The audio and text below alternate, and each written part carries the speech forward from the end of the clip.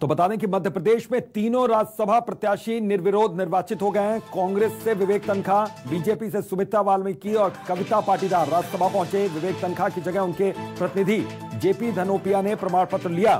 सुमित्रा वाल्मीकि और कविता पाटीदार कल खुद प्रमाण पत्र लेने के लिए पहुंचेंगी। तो बीजेपी से सुमित्रा वाल्मीकि और कविता पाटीदार राज्यसभा पहुंच गए। शबीर हमारे सहयोगी से खबर पर जुड़े हुए हैं। शबीर, निर्विरोध यहां पर चुन लिया गया और ये पहले से तय भी माना जा रहा था।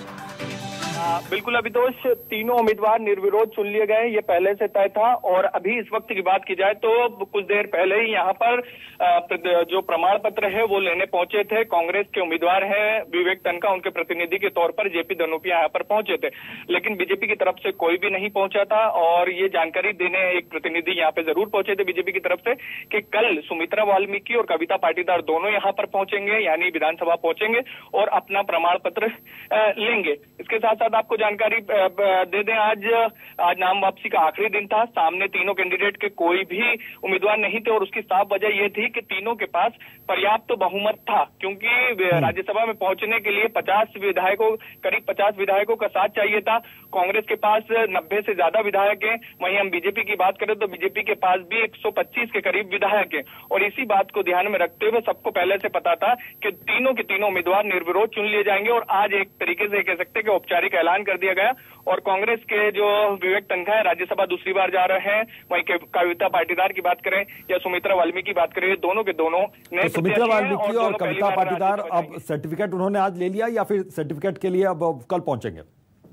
देखिए, कविता पाटीदार और सुमित्रा वाल्मीकि की बात की जाए तो दोनों ने अभी उनकी तरफ से कोई भी प्रतिनिधि नहीं आया था। सिर्फ बीजेपी की तरफ से एक प्रतिनिधि आए थे। उन्होंने सिर्फ इतनी जानकारी दी है इलेक्शन कमीशन को कि हमारे तरफ कल आके हमारे दोनों उम्मीदवार पत्र लेंगे, यानी अभी नहीं लिया गया लेकिन उनको निर्विरोध चुन लिया गया है।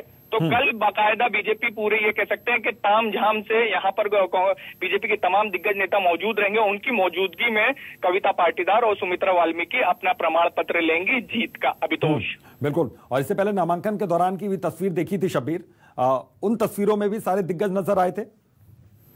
हाँ बिल्कुल अभितोष, हमने इससे पहले की तस्वीर देखी थी। तमाम दिग्गज नेता मौजूद नजर आए थे जब फॉर्म भरने पहुंचे थे।